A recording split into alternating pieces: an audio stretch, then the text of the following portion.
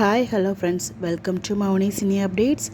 இந்த அப்டேட்டை பார்த்ததுமே எனக்கு என்ன அறியாமலே ஒரு மாதிரி ஒரு கஷ்டமாக ஒரு மாதிரி ஹார்ட் ப்ரோக்கனாக இருந்துச்சு. என்னடா நடக்குதுங்க அப்படிங்கிற மாதிரி. என்ன அப்படின்னு பார்த்தீங்கன்னா, நம்ம சாய் காயத்ரி இருக்காங்க இல்லையா, இப்போ கூட ஒன்ஸ் அகேன் நீ நான் காதல் செல்ல கம்பேக் கொடுத்தாங்களே, அவங்களோட ஓன் பிரதர் கார்த்திக் பாலாஜி நினைக்கிறேன் அவங்களோட நேமு. அவங்க வந்து இன்றைக்கி இறந்து போயிருக்காங்க. செம்ம ஷாக். அது கார்டியாக் அரெஸ்ட்னால வந்து பார்த்திங்கன்னா இறந்து போயிருக்காங்க. சாய் காயத்ரி எங்களோட தம்பி அப்படிங்கிறப்ப அவங்களுக்கு எவ்வளோ சின்ன வயசு, இந்த சின்ன வயசில் கார்டியாக் அரெஸ்ட்டா அப்படிங்கிற மாதிரி அதை பார்த்ததுமே எனக்கு அவ்வளோ ஷாக். என்னடா இது இவ்வளோ சின்ன சின்ன வயசுலேயே கார்டியாக் அரெஸ்ட்னால இறந்து போகிறாங்களே அப்படின்னு சொல்லிட்டு ஷேர் பண்ணி அந்த போஸ்ட்டில் கேப்ஷனை படித்ததுமே அப்படியே கண்ணில் தனித்தனியாக வந்துடுச்சு.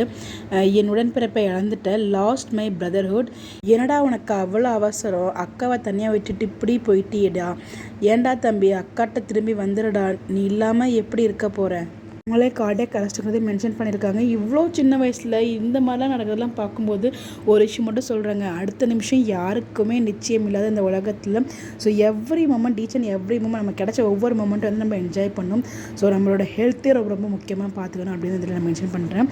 ஸோ நம்ம இவ்வளோ கஷ்டப்பட்டு ஓடுறதே நம்ம நல்லா வாழணும், நம்ம ஹெல்த்தியாக இருக்கணும் அப்படிங்கிறதுக்காக தான்.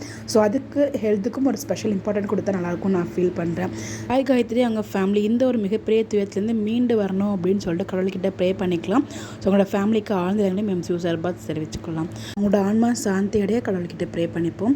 ஸோ இன்றைக்கி ஈவினிங் தாங்க நான் வந்து பார்த்திங்கன்னா ஆக்சுவலாக நரேன் அப்படின்னு சொல்லி 2024 இறந்துருப்பாங்க பிரைன் டெத்னால. அவங்களோட எல்லா பார்ட்ஸுமே வந்து பார்த்திங்கன்னா தானம் பண்ணியிருப்பாங்க. அதை பற்றி வந்து கலாட்டாவில் வந்து ஒரு இன்டர்வியூமே கொடுத்துருந்தாங்க. நான் இப்போ ரீசெண்டாக தான் எனக்கு வந்துகிட்டே இருந்துச்சு. ஸோ இன்றைக்கி பார்க்கலாமே அப்படின்னு சொல்லிட்டு அதை பார்த்ததுமே எனக்கு அவ்வளோ கஷ்டமாக போயிடுச்சு. அப்படி இன்டர்வியூ பார்க்கும்போது அழுதுகிட்டே தான் பார்த்தேன். அவ்வளோ ஒரு கஷ்டமாக இருந்துச்சு அந்த இன்டர்வியூ பார்க்கும்போது. எனக்கு அவங்க அவ்வளோ ஸ்ட்ராங்காக இந்த முடிவு எடுத்திருக்காங்க. பட் அவங்க உள்ளுக்குள்ளே எவ்வளோ கஷ்டப்பட்டிருப்பாங்க அப்படிங்கிறத அந்த இன்டர்வியூ பார்க்கும்போது நம்மளால் ரொம்பவே அண்டர்ஸ்டாண்ட் பண்ணிக்க முடிஞ்சு. அதுலேயும் ஒரு சில சுற்று வட்டாரங்கள்லாம் அவங்கக்கிட்ட கேட்ட கேள்விகள்லாம், இன்னமும் இந்த மனுஷங்க இப்படி தான் வாழ்ந்துட்டு இருக்காங்களா அப்படிங்கும்போது எனக்கு அப்படிப்பட்ட உலகத்தில் நம்மளும் இன்னும் வாழ்ந்துட்டுருக்கோமா அப்படின்னு சொல்லி ஒரு பக்கம் யோசிக்க வேண்டியதாக இருக்குது. இதெல்லாம் கண்டிப்பாக நம்ம யோசிச்சு பார்க்கணும்னு நினைக்கிறேன். அந்த இன்டர்வியூ பார்த்துலேருந்து எனக்குள்ளே ஒரு மாதிரி கஷ்டமாகவே இருந்துச்சு. அதை பார்த்த கொஞ்ச நேரத்தில் இந்த அப்டேட்டை பார்க்கும்போது அது இன்னுமே எனக்கு ரொம்ப கஷ்டமாக இருந்துச்சு. அது அப்புறம் அந்த மாதிரி அப்டேட்ஸ். அப்புறம் 12th எக்ஸாம் எழுத போகும்போது வந்து அது இந்த இயரில் வந்து பார்த்திங்கன்னா நிறைய அப்டேட்ஸ் இந்த மாதிரி நான் பார்த்தேங்க. அதாவது அவங்க அம்மா இறந்து போயிருக்காங்க. அந்த டைமில் அவங்க எக்ஸாம் எழுத போகிறது, ஒருத்தவங்க அது பப்ளிக் எக்ஸாம் எழுத போகிறதே அவங்களுக்கு ஒரு பெரிய போராட்டம். அதுவும் இந்த மாதிரி மனநிலையில் அதில் ஐயோ எனக்கு அதெல்லாம் எப்படி சொல்கிறதுனே தெரியல. அதை அவங்க எவ்வளோ வந்து ஃபேஸ் பண்ணுவாங்க, எவ்வளோ உள்ளுக்குள்ளே ஓடும், எப்படி போய் அவங்க எக்ஸாம் எழுதுவாங்க அப்படின்ட்டுலாம் பார்க்கும்போது அவ்வளோ கஷ்டமாக இருக்காது. இந்த வருஷம் வந்து 2-3 பேருக்கு அந்த மாதிரி நான் பார்த்தேன். 2-3 பேரை நான் என் கண்பட 2-3 பேர் பார்த்தேன். அதெல்லாம் வந்து ஏன் இவ்வளோ கஷ்டத்தை கொடுக்குறாரு கடவுள் அப்படிங்கிற மாதிரி எனக்குள்ளே ஒரு மாதிரி வருத்தமாகவே இருந்துச்சு. அதையும் கூட நான் ஷேர் பண்ண நினச்சேன். ஸோ இந்த வருஷம் நான் அது மாதிரி நிறைய பார்த்த நான் ஃபீல் பண்ணேன். எல்லாமே வந்து பார்த்தீங்கன்னா அவ்வளோ கஷ்டமான ஒரு அப்டேட்ஸாக இருக்குது பார்க்கும்போது. எப்பயும் சொல்கிறது தான், ஆக்சுவலாக இந்த அப்டேட் நான் தனியாக கொடுக்கணும்னு நினச்சேன். அந்த அப்டேட்லாம் பார்க்கும்போது இதிலே நான் சேர்ந்து சொல்லிட்டேன். அடுத்த நிமிஷம் யாருக்குமே நிச்சயம் இல்லாத உலகங்க இது.